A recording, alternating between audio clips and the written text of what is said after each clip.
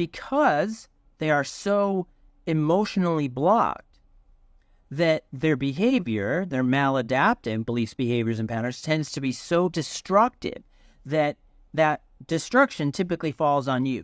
Because a lot of times they tend to set up situations. Remember, they've enlisted people that are not going to challenge that narcissistic way of life or perception. Instead, what they do is they have these people, and these people will cater to the narcissist. Now, we don't want to confuse it and say, well, then it's those people's fault. But we don't want to do that because blame and shame gets us nowhere. So in this video, we're going to talk about narcissistic twisted empathy.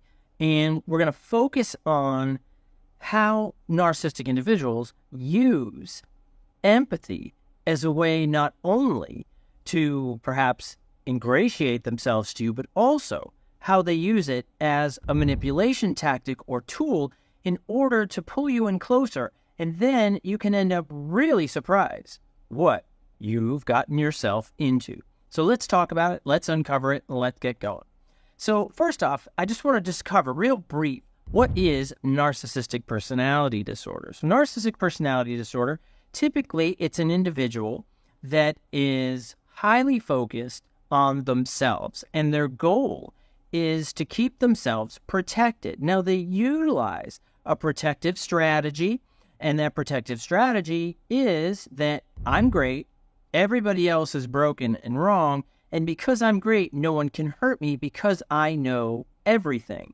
And the reality is that underneath that, what we find is guilt, shame, doubt, inferiority. And this tends to really disrupt their relationships, and it really impacts how they see themselves, because what happens is it's such a distorted view, and that's pretty common with all individuals across the narcissistic spectrum, that they have impaired insight.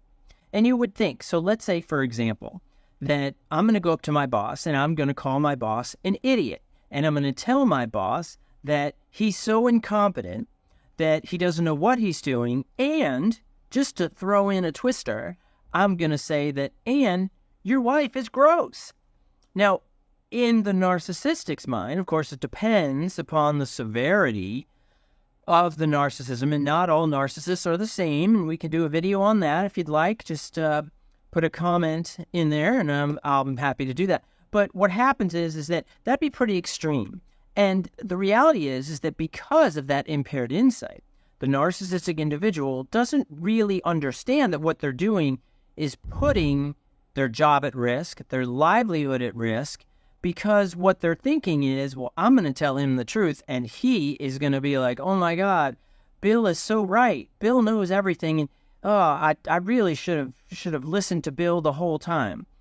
That's actually what they think. In many cases, when I'm working with an individual along the narcissistic spectrum, that they're often, I wouldn't say surprised, but they have trouble understanding the consequences of their behaviors. Now, verbiage is a behavior as well, things that they say and things that they do.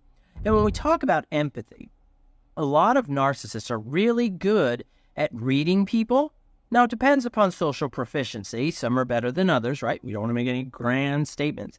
But, so if they have a decent degree of social proficiency, what you find is that they're able to identify those emotions in others and use those emotions in order to get that person closer, because they utilize a tactic called enlistment. And enlistment is that I might be really empathetic with you about an issue that you're having, or seem that way, but it's very surface. You ever talk to somebody and they're kind of telling you about their day, and you're kind of like, oh, okay, this is my calendar, this is what I have going on, and there's not a lot of emotion wrapped up in it. But they're not talking about their calendar. They're talking about your emotions and how you feel. Now, if you are emotionally deprived, then what happens is that anyone talking about your emotion, whether it's sincere, feels fake, feels shallow, whatever, you may miss it because someone's finally listening to you and your behavior and what you're going through and your feelings. And that you can feel really connected. So you start getting enlisted into that individual's world. Next thing you know, you're fully in there, right? You're hanging out with them and all of that, and that empathy that you thought they had suddenly washes away, right? The tide came in, well, the tide's going out, and the tide goes back out, and along with it goes that empathy. So then what happens is that empathy, now they still have that social proficiency. They can still identify those emotions in you, but now they use it as a control tactic.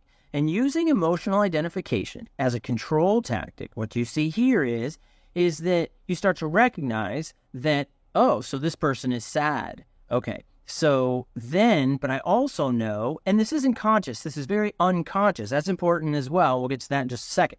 But, so they recognize this person is sad. And they also know that this person perhaps has a tendency to feel bad about themselves, be hypercritical of themselves, so on and so forth. So what happens is that the narcissist, in order to manipulate you, taps into that feeling of sadness, so you feel a little hurt, but they attach it to that sense of low self-esteem. So, Sally, I'm sorry, or actually wouldn't say I'm sorry. I'm going to take that back. What they would say is, Sally, you're sad. I get it, but you're going to have to get yourself together.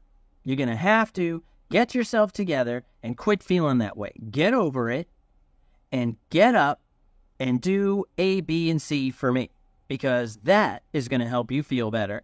And they don't say it quite that directly, right? They say it indirectly, so that now you feel guilty for being sad, and you connected it to a particular behavior so that you feel like this new guilt that's come up can now dissipate if you engage in that behavior. Sound familiar? It just might. And this is a really common tactic, and it is very corrosive to relationships, family relationships, work relationships, friendships, romantic relationships, marriages. It eats it away because empathy as a manipulative tactic erodes relationships. It makes things more complicated, more difficult. And I know you know what I mean, otherwise you probably wouldn't be watching this video. Like, you get it. So we have to look for it. We got to look at those two parts of empathy, right? We have a cognitive component, we have an affective component. Now, the cognitive component is that it's how you think influences how you feel. The affective component is the actual feelings that the person experiences. Now, even though individuals with NPD or with a high degree of narcissism, that they may not have good insight for themselves, but they're good at identifying people depending on that social proficiency. So we want to be aware that some are good, some are bad, but it's that ability to connect how you feel to what you're thinking and then engage in behaviors that helps the narcissist feel empowered. This is why narcissistic parents are particularly problematic. And that is because they use these tactics on their kids so that they feel better.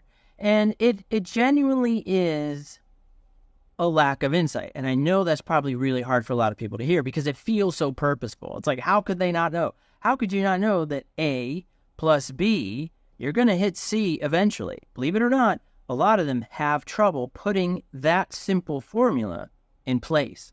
And they really do. And I'm not saying that it's a good thing. I'm not saying that it's a bad thing. I'm just saying that that's what it is. That's been my experience. So we have to look at the cognitive process and how they're dealing with these things.